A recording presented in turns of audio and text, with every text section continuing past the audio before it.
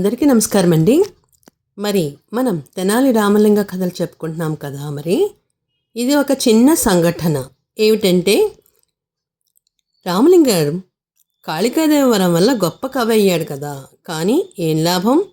ఆ రోజుల్లో అంత పెద్ద కవులను ఆదరించగలిగేవారు తెనాలికి చుట్టుపక్కల ఎవరూ లేరు. కానీ విజయనగర సామ్రాజ్యంలో శ్రీకృష్ణదేవరాయలు మాత్రము తెలుగు కవులను ఆదరిస్తూ ఉండేవారని తెలిసింది. ఎన్నో కష్టాలు పడి అతను విజయనగరానికి చేరుకున్నాడు. అయితే ఎంత కష్టపడ్డా రాజుగా దర్శనం దొరకట్లేదు.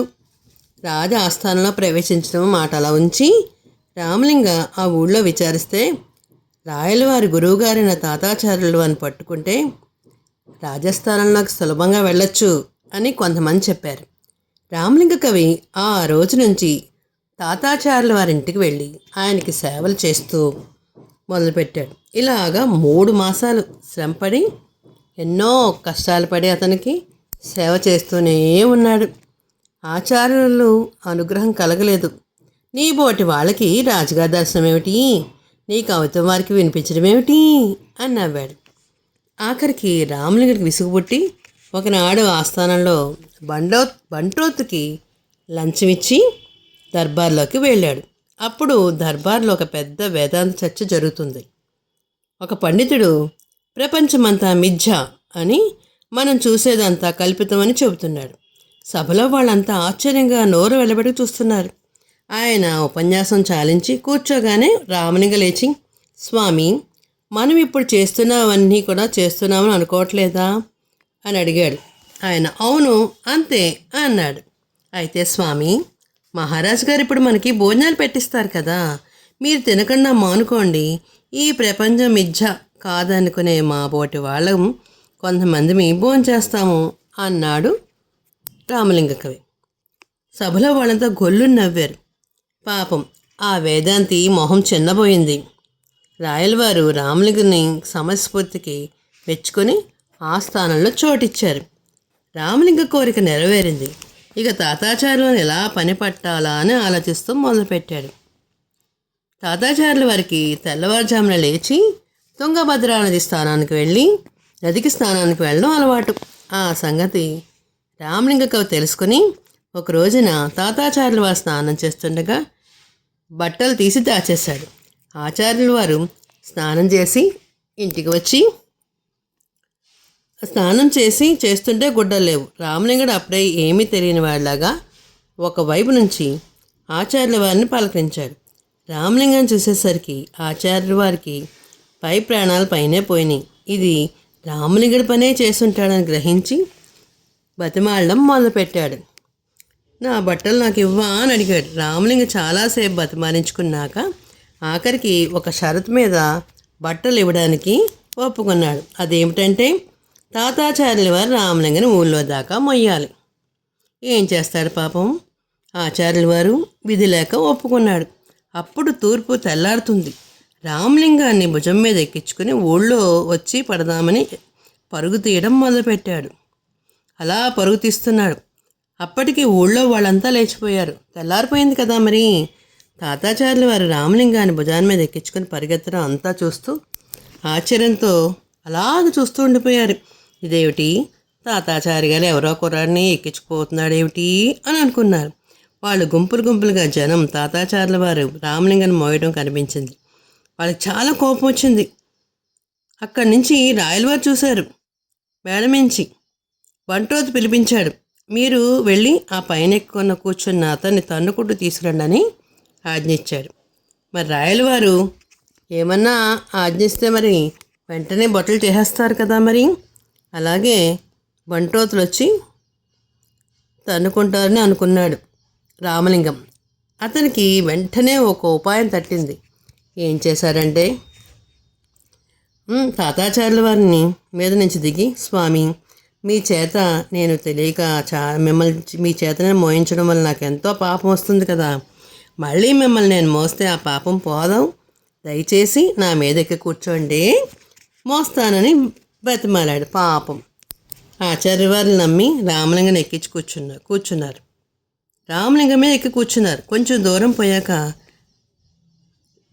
దూరం వెళ్ళారో లేదో రాజుగారు బంట్రోత్ వచ్చి తాతాచార్యుల వారిని రామలింగం మీద నుంచి లాగి బాదుకుంటూ రాయల వారి దగ్గరికి తీసుకెళ్లారు.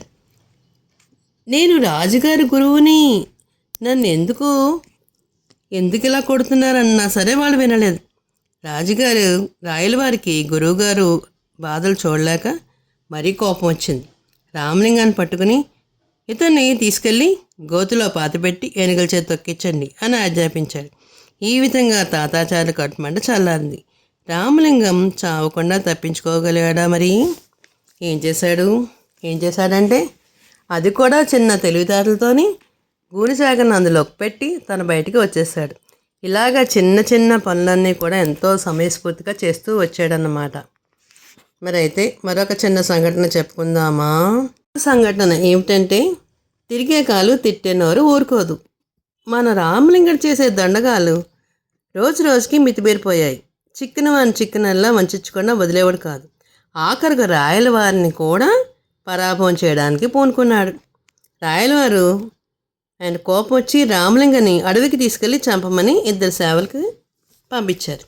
సేవకుల్లో ఎలాగో కళ్ళబల్లి కబులతో మోసం చేసి వాళ్ళకి చెరో 10 వరహాలు లంచం ఇచ్చి రామలింగ కవి ఏం చేశాడంటే ఆ గండాన్ని తప్పించుకున్నాడు.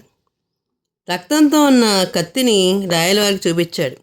సేవకులు ఏం చేశారంటే ఒక మేకని చంపేసేసి ఆ మేక రక్తాన్ని దానికి అంటించి మేము రామలింగ కవిని చంపేశామని చెప్పేసేసని వాళ్ళు చూపించారు. రాయలవారు అయ్యో రామలింగ చనిపోయాడా అని నమ్మేశారు. ఆ ఊళ్ళో వార్త అంతా పొక్కిపోయింది. విన్నవాళ్ళందరూ రామలింగ కవి గురించి చచ్చాడన్న మాటే కానీ వాడు బ్రహ్మ రాక్షసిగా అయినా మన పీకుతుంటున్నాడు. బ్రహ్మహత్య మహాపాపం అంటున్నారు.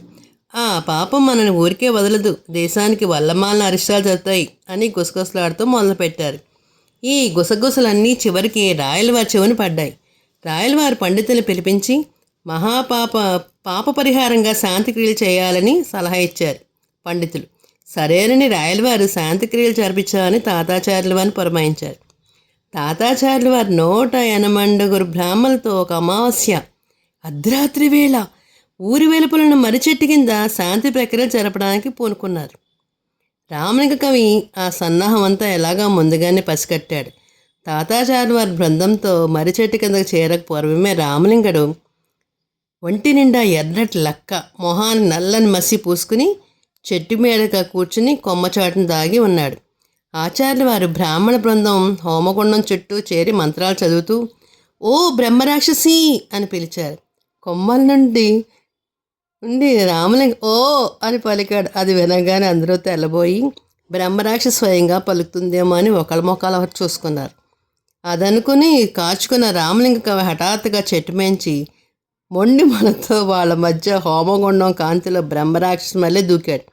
బ్రహ్మరాక్షసి వెంట పడుతుందని ఎవరి మట్టుకు వాళ్ళు ప్రాణాలు బిగబెట్టుకుని పరుగెత్తుకుంటూ వెళ్ళిపోయారు. తాతాచార్యుల వారు కూడా ఒక్క పరుగున వచ్చి రాయలవారితో జరిగిందంతా విన్నవించారు. రాయలవారి బ్రహ్మరాక్షసి నా వెంట పడాల్సింది మీ వెంట ఎందుకు పడింది అని అడిగాడు. బహుశా తమ మీదకి రానివ్వకుండా మేము అడ్డుకున్నామని మా వెంట పడి ఉంటుంది అని ఆ ఆచార్యుల వారు చెప్పారు. అలాగైతే ఆ బ్రహ్మరాక్షసిని చూసిన వారికి 1000 వరహాలు ఇస్తాను, చాటింపు చేయండి అని రాయలవారు ఉత్తర్వులు ఇచ్చారు.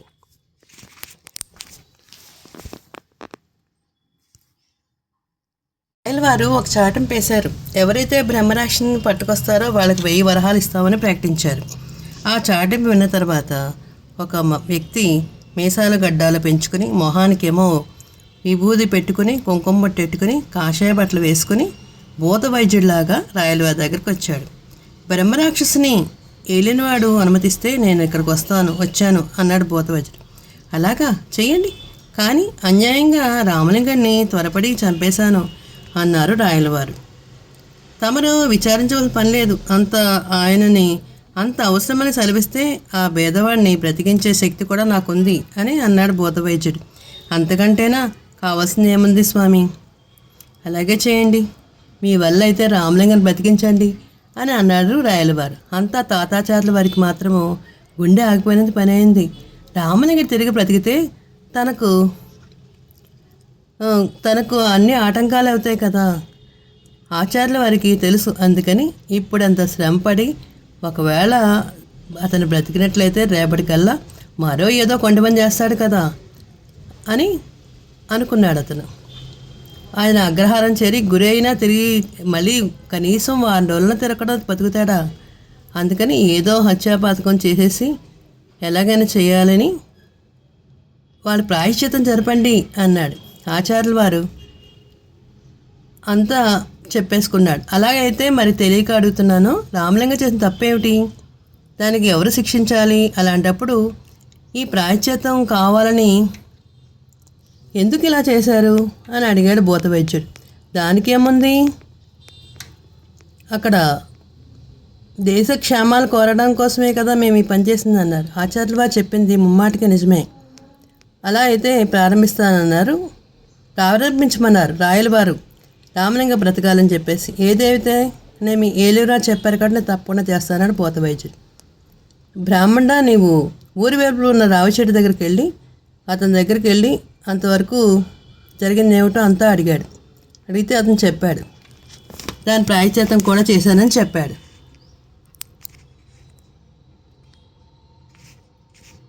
కవి తన వేషాన్ని తీసేసి చూపించేసరికి అందరూ కూడా చాలా బాగా ఆశ్చర్యపోయారు. ఓరిపిడిగా ఎంత పని చేశావు, నీ చచ్చావనుకు నీ భార్య మనోవర్తి కోసము అన్నీ చేసేద్దాం అనుకున్నాము అన్నారు. అప్పుడు భలే చచ్చి బతికిన వాడికి 1000 వరహాలు అందినాయి అని చెప్పుకుంటూ ఆ డబ్బులు తీసుకుని రామలింగ కవి తన దారితోనే ఇంటికి వెళ్ళిపోయాడు. తెలుగు అధ్యాపకానికి లైక్ చేసి, షేర్ చేసి, సబ్స్క్రైబ్ చేసి కామెంట్ రూపంలో పెట్టండి మరి.